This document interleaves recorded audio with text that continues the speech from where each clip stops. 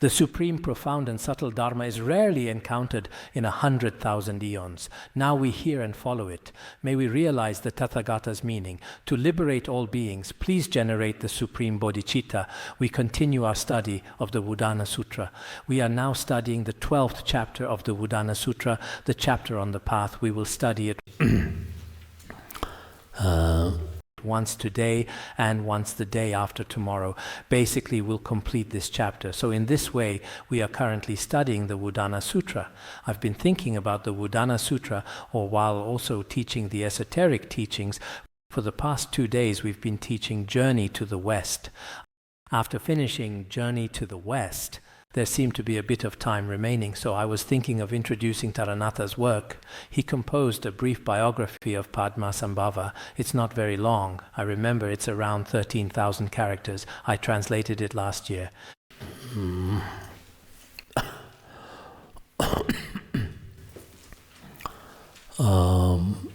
I'm thinking we could spend about 10 minutes each day reading it together. However, there are no transmission for this text. Today I asked Khenpo Wangju Thakje about it, and he said he hasn't received the transmission yet. We're trying to obtain it. He said it should be in the great treasury of hidden teachings. If so, the transmission should exist. But if we can't find it, we'll study it together anyway, as it's a biography in any case. If it's possible starting tomorrow, that would be fine too. I just asked them to prepare a booklet nearby. We used to be able to do this conveniently here, but we can't anymore, so we need to go outside for it. Some people here may already have copies. Just after I finished the translation last year at the Academy, we had printed a small booklet. But if that really doesn't work, if we can't get the book by tomorrow, we can look at an electronic version instead. Since time is slipping away, I've been feeling it's not ideal. Yeah, so starting from tomorrow, we'll study a bit each day, bit by bit. I may not have much to explain, but I want all of you to know that Padmasambhava is truly remarkable. However, his biography, I'm not sure how many people understand it. So I felt at that time that Taranatha wrote Padmasambhava's biography from an ordinary worldly perspective, which is quite interesting. So for tomorrow's teaching plan, I haven't even asked you all. And if I had asked, you might say, I don't want to learn about Padmasambhava. So asking or not asking is the same either way. Going through it once won't hurt. This extra time will pass quickly anyway. I'm thinking from tomorrow, regardless of whether we get the book, we'll study it. We'll spend about 10 minutes studying the biography of Padmasambhava.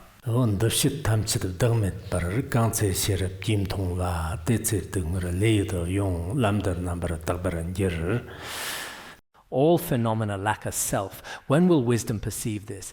Then, having turned away from suffering, this path becomes pure. Because in the commentary, there are many stories, but as we progress further, there are fewer and fewer. At the beginning, perhaps the master Dharmakirti found some, but later there aren't many. So we simply understand it from the literal meaning. Because all phenomena, as we discussed earlier, refers to all phenomena contained in the 5 aggregates, apart from the 4 formless aggregates. In other words, from a broader perspective, all phenomena sometimes means all things. So in all these phenomena, in reality, there is no inherently existing self, whether it's in external mountains, rivers and earth, or in one's own mind and mental factors, or what we call in between associated and dissociated phenomena and so forth. In any such phenomenon whatsoever, the self does not exist. If the self were to exist, the methods for analyzing non-self are extremely numerous.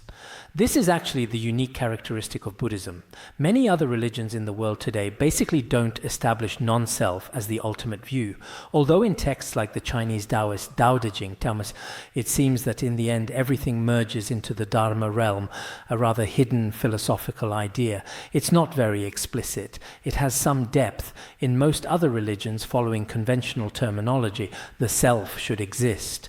It's just that the manner of its existence varies, but we here here through wisdom, examine the self and find nothing whatsoever. The self does not exist in any phenomenon. Of course, from the perspective of the commentary, the self cannot possibly exist, because in this world, nothing whatsoever is controlled by me or under my command.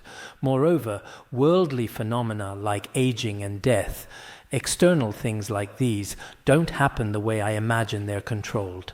Therefore, I am not a controller, nor am I ultimately real. This is the perspective we use to establish non-self. But in any case, when we come to know through our own wisdom that we perceive the principle of non-self, at that time we can thoroughly escape from suffering, because all suffering actually arises from the self. Therefore, when we practice such a path, it is supremely pure. So here, we as practitioners must, of course, if it's like attaining the path of seeing, truly perceiving non-self, that goes without saying. Even if you haven't truly perceived non-self, through the analysis of the middle way, the understanding of non-self you obtain is indispensable. If we don't even have this, just as we saw yesterday, as discussed in the earlier chapter on ascetics, although we shave our heads and wear monastic robes and practice according to the Buddha Shakyamuni, the Buddhist teaching of non-self within us is greatly lacking. Therefore, whether as practitioners or as students of theory, we must first understand non-self. The wise see that afflictions and all defects arise from the view of self. By knowing that I is their object, yogis first demolish the self.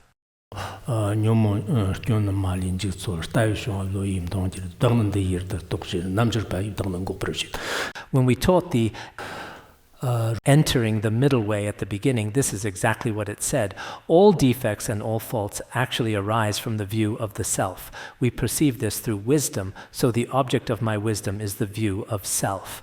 Because the view of the perishable aggregates is here, sometimes we may need certain conceptual terms. I also hope that when you first study Buddhism, you accumulate more related terminology, terms from the middle way, Tibetan terms, and Chinese terms. I noticed yesterday when we were guiding teachings on the esoteric teachings, guiding the wish-fulfilling treasure, many people may be unfamiliar with these terms.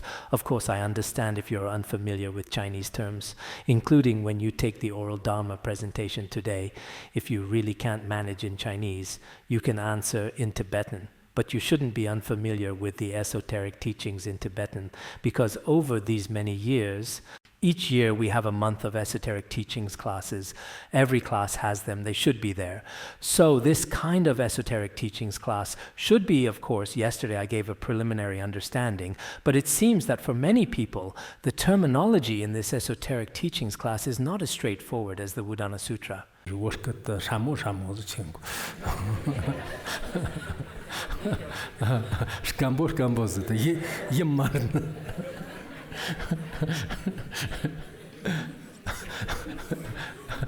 It seems the terminology of the secret teachings is somewhat harder. I see that, of course, I understand this too. We're just beginning to encounter this.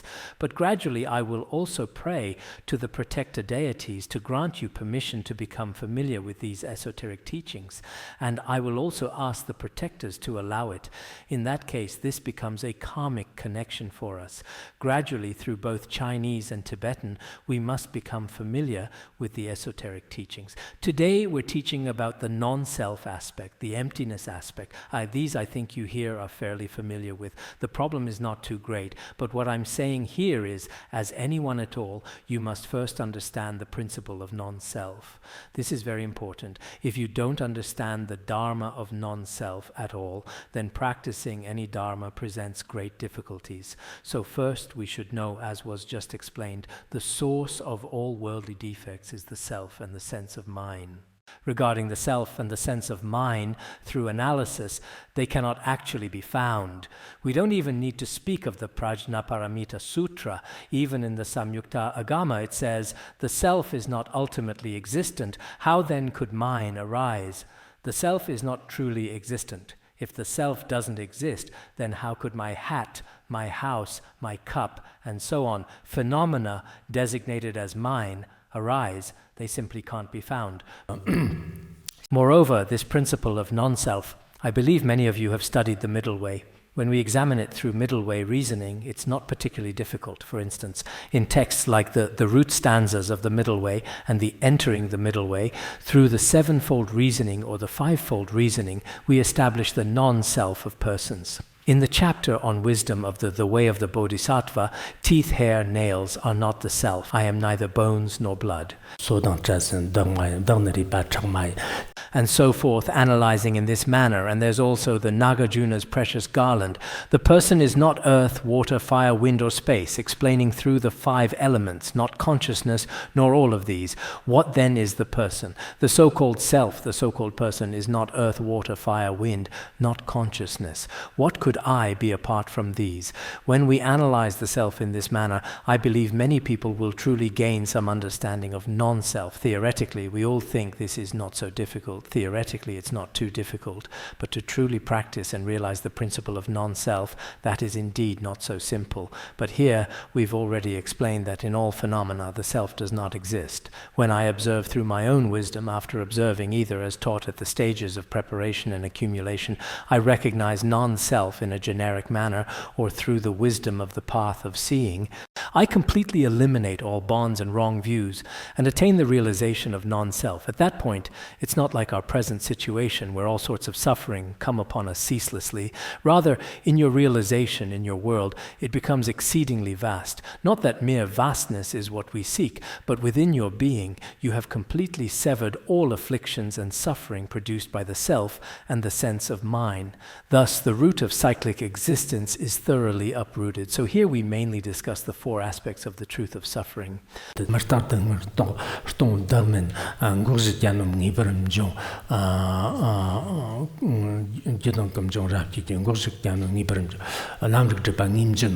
Among the 16 aspects, we've already taught the first 4 aspects of the truth of suffering: impermanence, suffering, emptiness, and non-self. Then, the truth of origin, cause, origin, condition, and arising. The 4 aspects of the truth of origin can also be called the 4 characteristics, laksanas. Then for the truth of cessation, peace, supreme, and liberation. For the truth of the path, proper path, practice, and emergence. In all, each truth has 4 aspects. The truth of suffering has 4 aspects. The truth of accumulation has 4. The truth of the path has 4. The truth of cessation has 4. When these 4 aspects are all realized simultaneously, the wisdom of the path of seeing truly appears. So here we've only taught impermanence, suffering, emptiness, and non-self, these 4. After these 4 are complete, the others in the text are not very apparent, so from this we can infer by analogy other aspects follow this pattern. The others can be transformed similarly. For example, all phenomena are the origin, all phenomena are the gathering, all phenomena are excellence, all phenomena are cessation, all phenomena are the path, in this manner. And as for the others, similarly, when will wisdom perceive these aspects? Because the former 4 only change 1 or 2 words, and for the others, the other 4 truths, they follow this same pattern of analogy. Finally, when you truly understand the principle of non-self, this path becomes pure.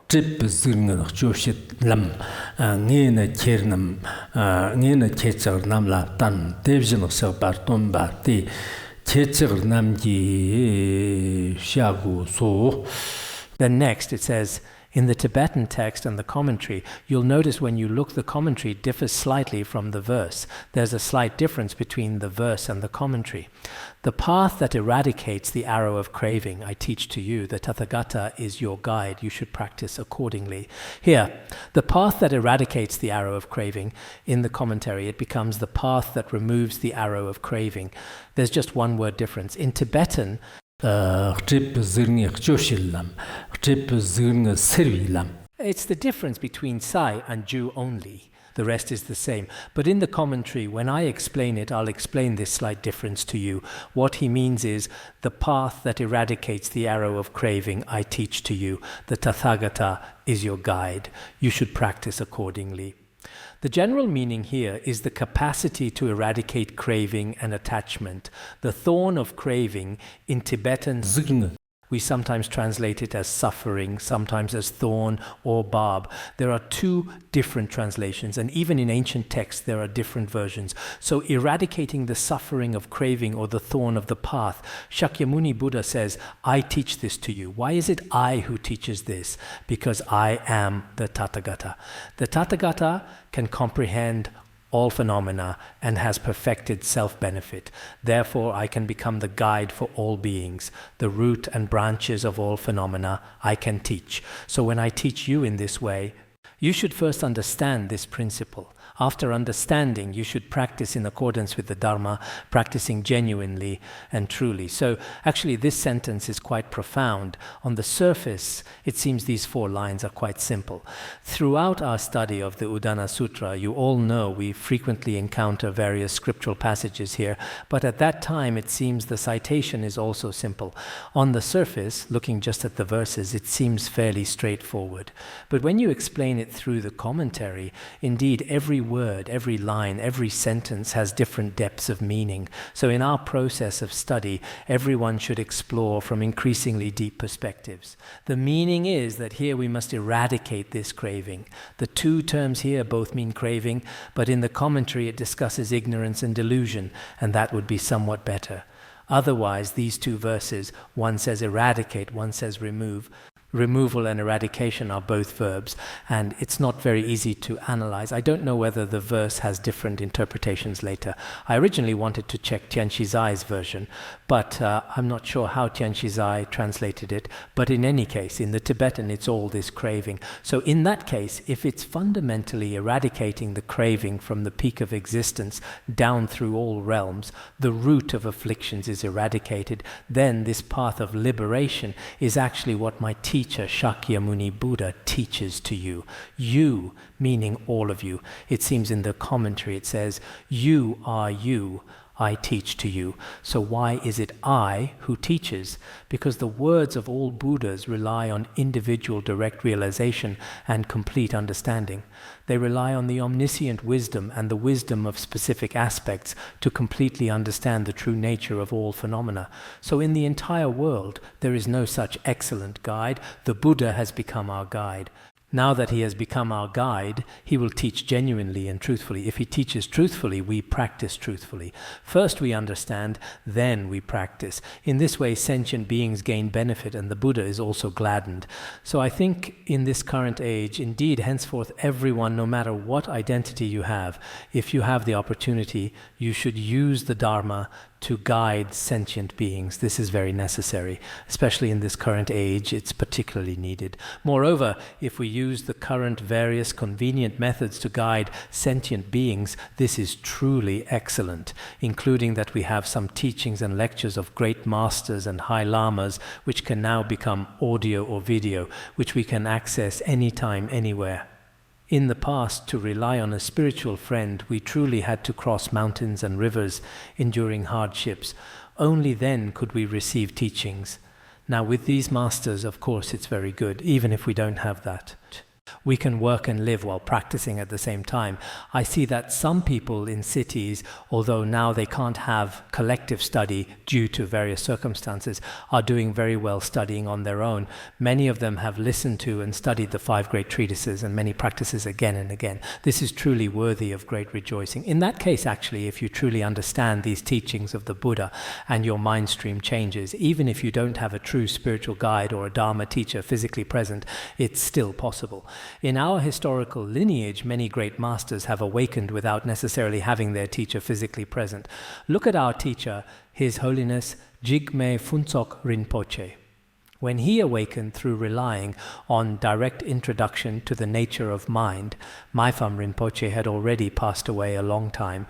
Maipham passed away in 1911, and Jigme Phuntsok was born in 1933. But when he later awakened, between them stretched such a long time, yet he awakened through relying on his treatises. Similarly, for Jigme Lingpa, he prayed to Jigme Gyalwai Nyugu, and finally, through his emanation taking care of him, he appeared to awaken once again. He composed many treatises and benefited beings. Between them stretched several hundred years. So across such expanses of time, if one gains Dharma benefit through the force of blessings, we now have so many convenient methods.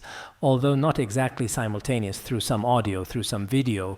If you begin studying systematically, I think it's very good. No time is wasted, especially those among us who are quite diligent and honest. Truly having time to listen to teachings is fine too. For those without time while driving, I sometimes listen to teachings while driving. That day I was listening to the teachings while driving. After eating, I kept listening on the way. I listened to one class 3 times. But every time I ended up falling asleep again. When I woke up, the sound was still playing continuously. Then I started listening again. I got a bit tired on the road and fell asleep again. After a while, I don't know where it cut off. I started listening again. It didn't work. Eventually I slept for a bit, then listened again afterward. In this way, it seems to me that truly, even though my teacher is not here now, it's as though my teacher is right beside me. So now I feel that many of us who practice the Dharma should preserve related materials in a very good manner, whether on Baidu cloud storage, USB drives, or other large hard drives. These should be treated as very important treasures.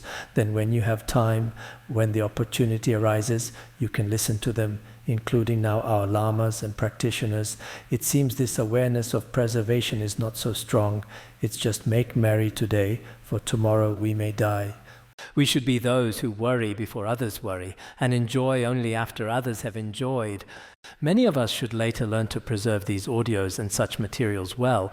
We Tibetans had certain valuables like golden earrings and such, which we wrapped in good cloth and placed in boxes. When needed, we opened them and put on the earrings, coral and such. So for us monastic and practitioners, the wealth of gold and silver may not be so important. But some things that relate to our liberation and are especially convenient, we certainly have many methods now, are very convenient. You should practice them.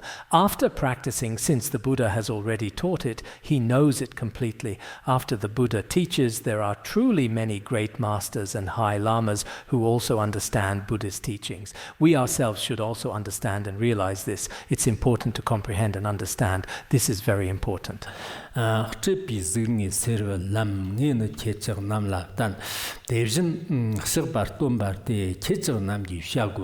You see, there's only one word different here. Beyond that, there's not much. The path that removes the arrow of craving, I teach to you. The Tathagata is your guide. You should practice accordingly. It's the same here, but in our commentary, the first is eradicating ignorance. This eradicating craving, removing the thorn of craving, this may be somewhat better in terms of meaning for explanation.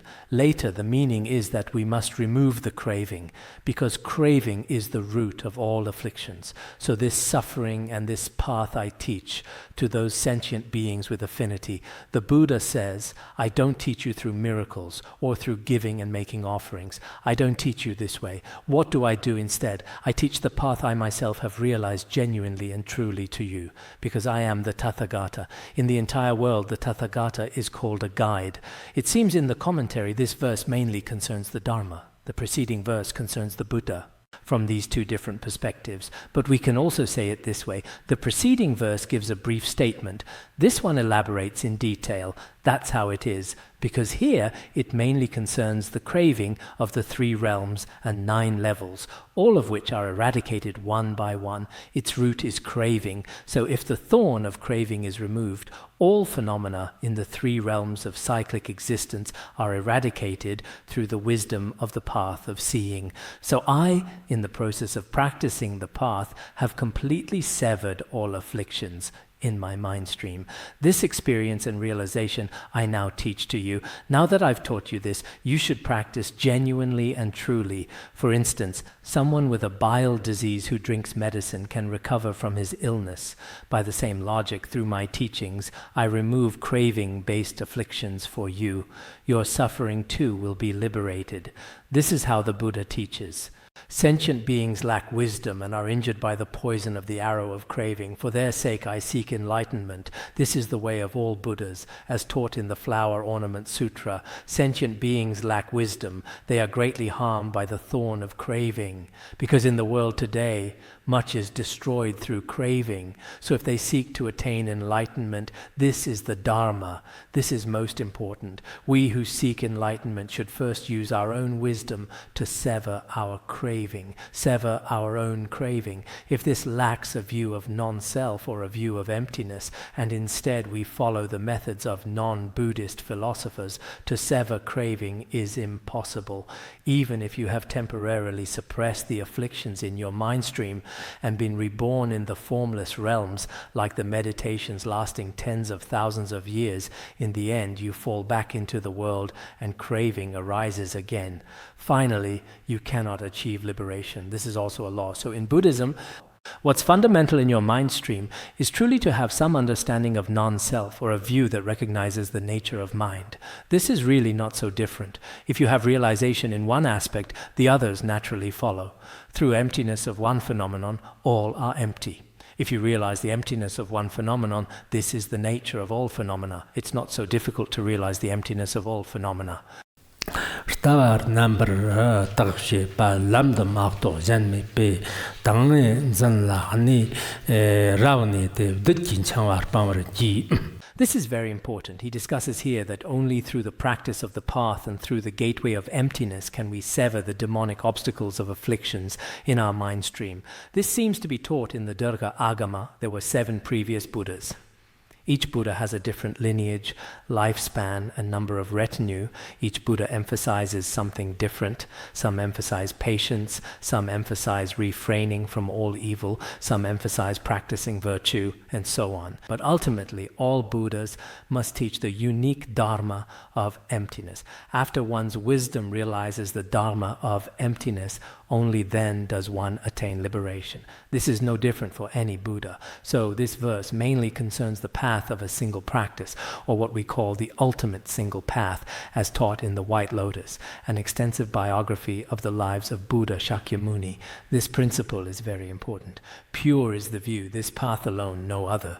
Dwelling in concentration, you will sever the bonds of the demon. The meaning is that after we have studied, finally we develop an understanding free from defilement, free from the view of the perishable aggregates. The view of the perishable aggregates is also called the view of the decomposing heap, a view free from the view of the perishable aggregates, a true view. This view alone constitutes the path of the inner teachings of our Buddha Shakyamuni, unique. Only this path, no other, the one and only path, this alone. We have many other paths now. On the surface it seems asceticism, chanting, circumambulation. Many practices appear to be the Buddha's way, but truly, fundamentally, the path we practice is only realizing emptiness. This path is very important. Other paths are actually not important. Look at how many non-Buddhist paths there are. In the Wish-Fulfilling Treasure, sometimes it mentions over 300, sometimes 96 varieties. Sometimes it says 10 schools, sometimes 5, but in any case there are now over 3,000 religions in the world. Many religions are now formally registered, but among these religions, if we truly were to study them all, it would be endless, so many. Each has its own various explanations. This is certainly the case, but we know, we Buddhists, we often think this way. We Buddhists differ from others in having internally the wisdom of emptiness and non-self and the great compassion for others. These two are uniquely the distinctive spirit of Buddhism. Of course, outwardly, we Tibetan Buddhists wear red robes, Theravada Buddhists wear yellow robes, Northern tradition Buddhists wear grey robes. Various robes have different colors, and there are such things. It seems now it's not allowed. Like Chinese Buddhist monastics also burn marks on their heads. According to the number of the 6 perfections, there are 8 of these, called the 8 precepts. Or sometimes the number of the 9 levels of training, all sorts of things. But these two are indeed marks of external conduct in Buddhism.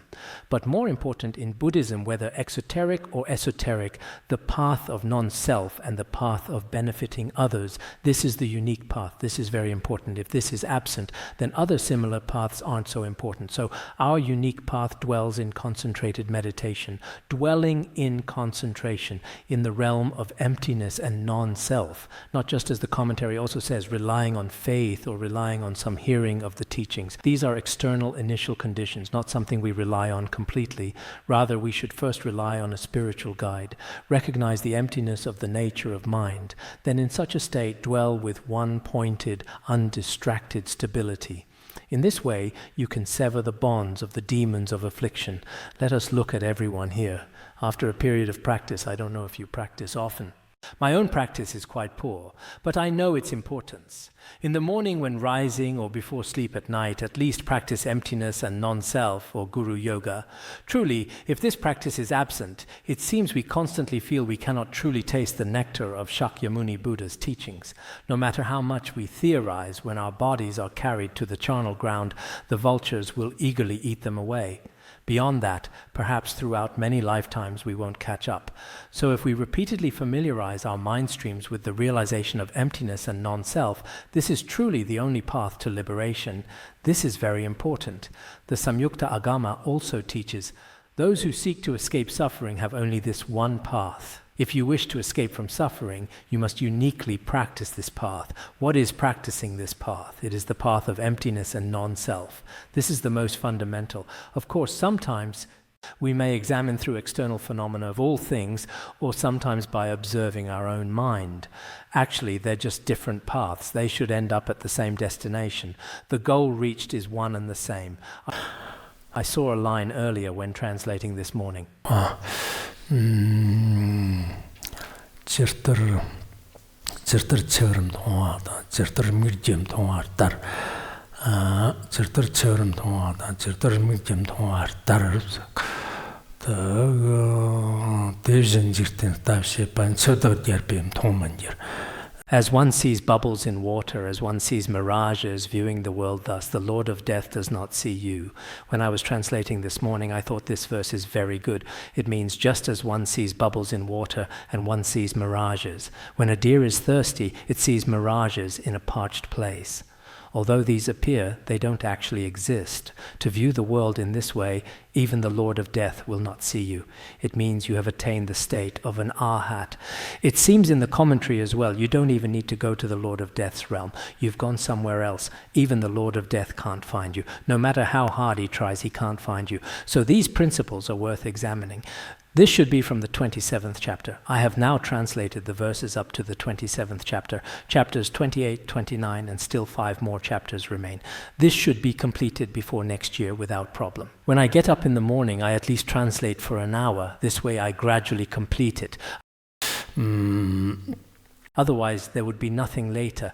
So I think this verse 2 is quite interesting. It seems if we truly view this world as if it were a mirage, like bubbles, what we discussed in front yesterday was as described here. Indeed, many previous masters have also said if we have some study and reflection of this Dharma of emptiness, ultimately it's not just what others say. When one drinks water, only oneself knows its temperature. You understand completely yourself. It should be that all phenomena are inherently this way. Appearance is simply appearance. For us, this is temporary. Until our practice fully severs attachment, there's no avoiding it. But if we understand this principle intellectually, it is already very sublime. Looking at this aspect, let us see how we can truly sever this demonic realm. This is also very important.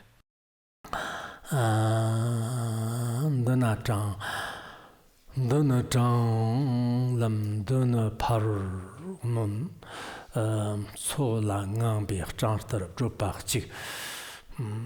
When translating what comes next, sometimes it's entirely in prose. In the 27th chapter, there's a section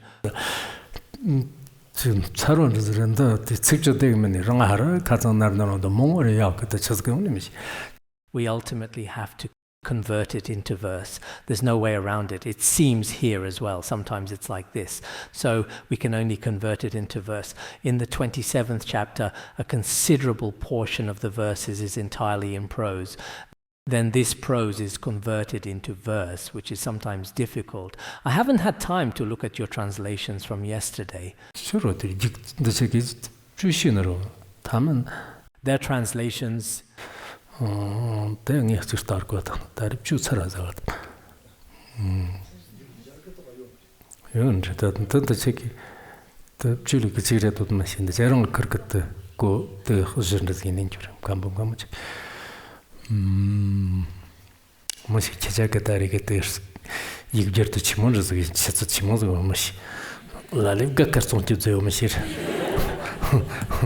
some people weren't there in the morning, some people weren't there in the afternoon.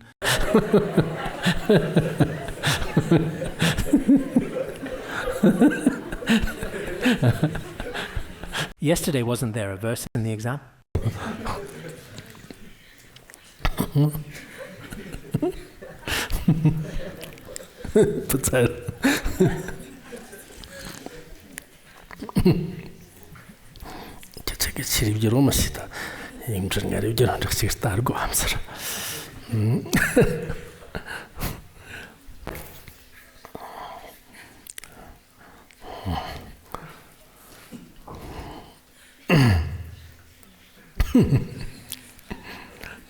This is the straight path conquering all other dharmas. As the goose approaches the lake, this is the single path. This means the unique, wondrous path of emptiness mentioned before. It is a direct path, not circuitous or subject to regression. It is not crooked, it's a direct path. It surpasses all other dharmas, just as when the sun rises, all other darkness is eliminated at once. Similarly, all afflictions and oceans of suffering are all surpassed or subdued through the gateway of emptiness. To illustrate with a simile, it's like the geese in the world. There's a path for geese in space, a kind of route. They fly directly toward. What do they fly toward? Beautiful lakes. They won't go in the middle to arid places or charnel grounds. These geese have one characteristic. They fly directly to the lake. By the same logic, this path of liberation also directly reaches liberation. It doesn't wander in the middle through cyclic existence, or regress back into cyclic existence. It doesn't return. This is the single path of all Buddhas of past, present, and future. All Buddhas of the past attained liberation through this path. Future and present Buddhas also attain liberation through this path. This should be from the Samyukta Agama. The Samyukta Agama, you should look it up sometime if you have time. The Samyukta Agama is very important in Chinese Buddhism. The Samyukta Agama is Long Long Ding. Long Rangam is the long discourses. In those collections of discourses, there is the Samyukta Agama, the Durga Agama, and the Madhyama Agama. There are many Agama. Some are not found in Tibetan Buddhism, but they exist in Chinese Buddhism, especially the Samyukta Agama. I recall it has 16 fascicles. This version exists in the Mogao caves. Moreover, in the Chinese Buddhist canon, most classical texts contain it, so it seems the translator of the Samyukta Agama is not now very clear. But it is highly valued in Theravada Buddhism, so all Buddhas of the past also attained liberation through this path. Future Buddhas too, and the Buddhas of the present, all also attain realization through the Dharma of emptiness. So we were discussing before, because this is the chapter on the path. The path mainly concerns the path of the Aryas. The path of the Aryas, as taught in the opening verse of the Ornament of Clear Realization, the Aryas have only one path, the mother of Buddhas, wisdom. There is no other path beyond this. So their unique practice is this perfection of wisdom or emptiness, what we need to realize, what the Aryas need to realize. Shirkyat be Nyamjak Kantok Tsola Yang the Shapando, Stishim Tarto, Pamza the Tipsy way, Dropak Chilam Rapta Tamzat Po. The Chakra Jirkoti Chichakas is. Some people are gone today, some people will be gone tomorrow.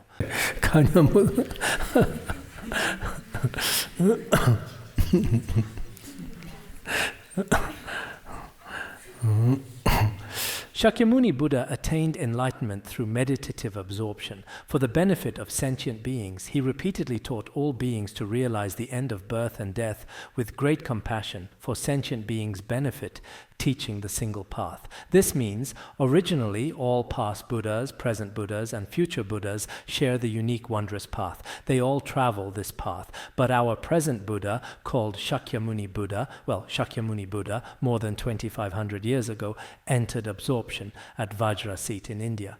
The truth he realized in that absorption was that all sentient beings possess Buddha nature. This is the realm he ultimately awakened to. That which he thus realized after he himself understood it, he taught repeatedly for the benefit of sentient beings. The repeatedly here actually refers to the Buddha 3 times turning the wheel, the first turn, second turn, 84,000 Dharma wheels. Teaching these dharmas according to different sentient beings, we can say it this way, or the meaning the Buddha teaches is transmitted unbroken by successive generations of great masters. From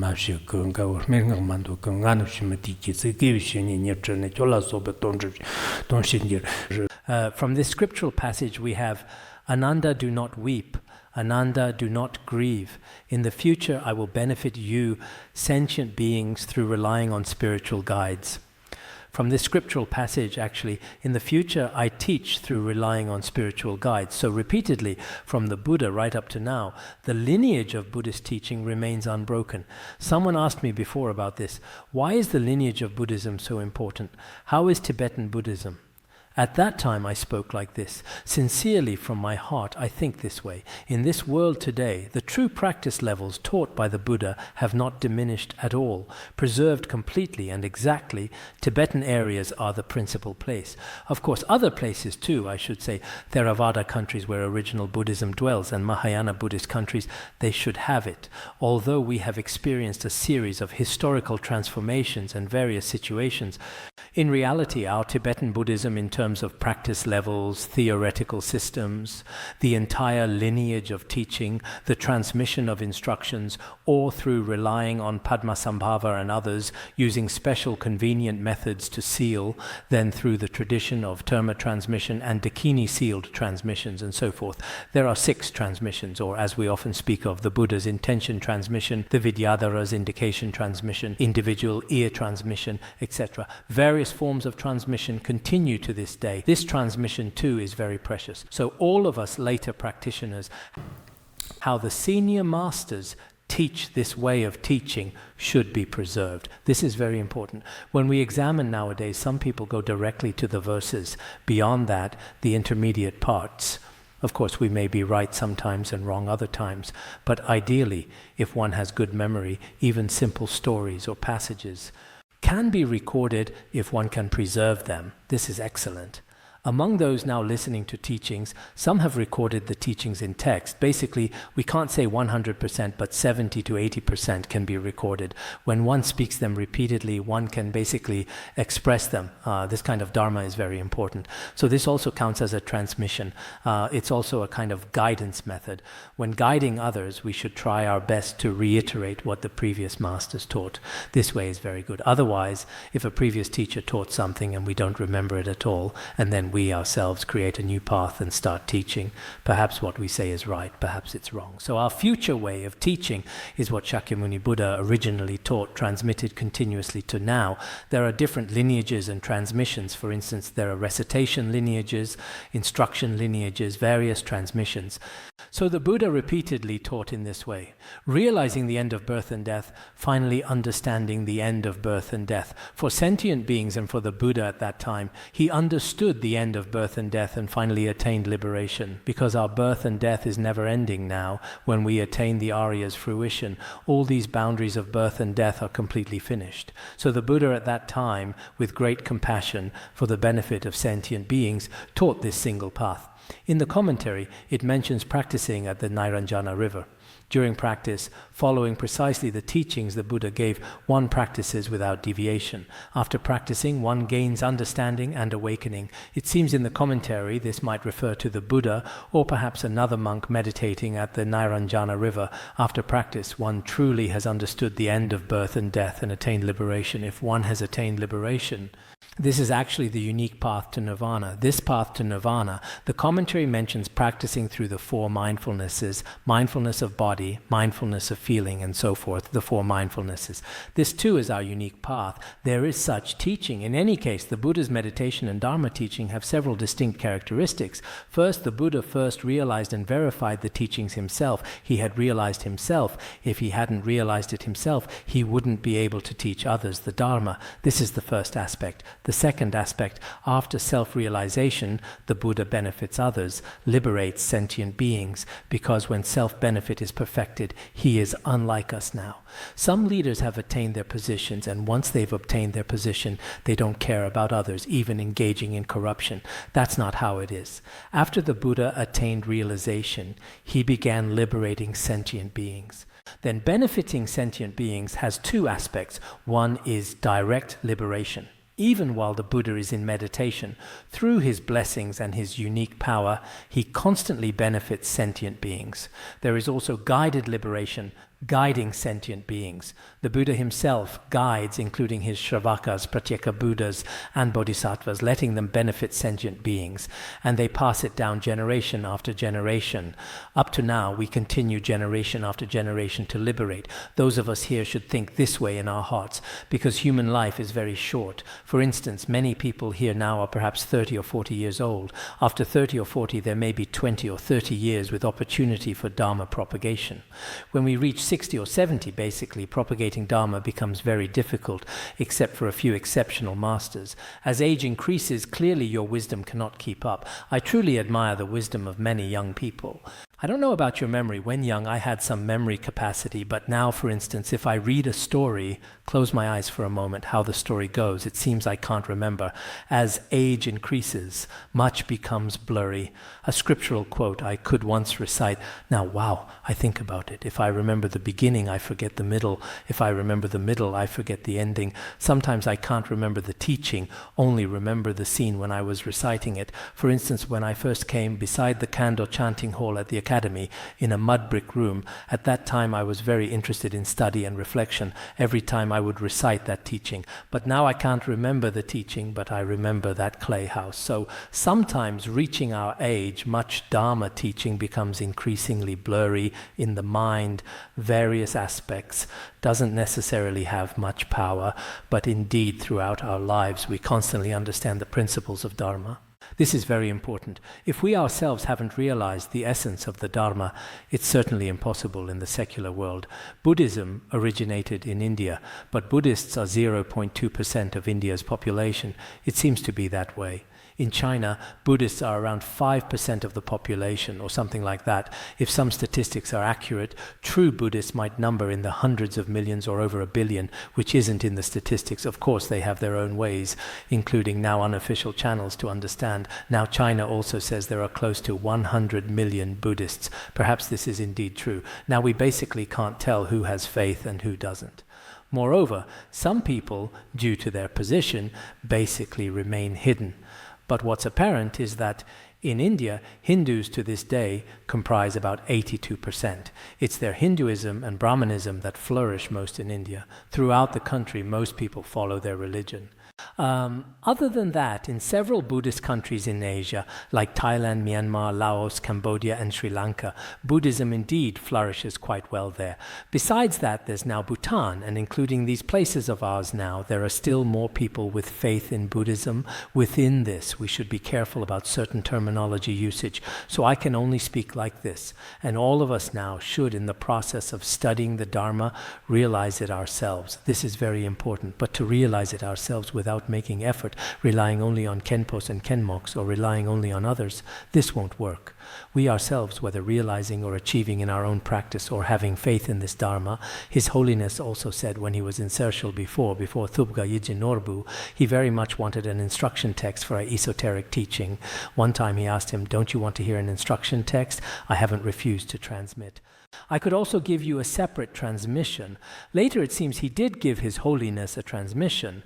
But at that time, His Holiness's desire for this esoteric teaching, the Great Perfection instruction text, was like hunger and thirst, extremely, extremely intense. His Holiness said at that time, his desire to obtain was extremely, extremely intense. But do we have such intense desire to gain enlightenment and liberation? For instance, if an iPhone 17 appears now, can I get an iPhone 17? The aspiration to gain liberation compared with the attitude toward getting an iPhone 17 or an Apple device, we know ourselves. Oh, maybe I really do have hope in this lifetime. Oh, maybe I don't really have such hope, and so on. We can compare in this manner and so forth. In any case, the Buddha taught us such a unique path. Today's teaching ends here. Sonandai Tanse Rogaya Tonani De Jana Basi Jirgana Jirano Chupai Chupun Solen Droja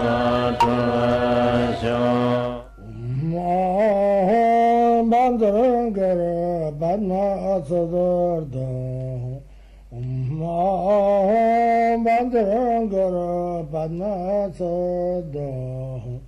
ahom bandar gara banma tsadar do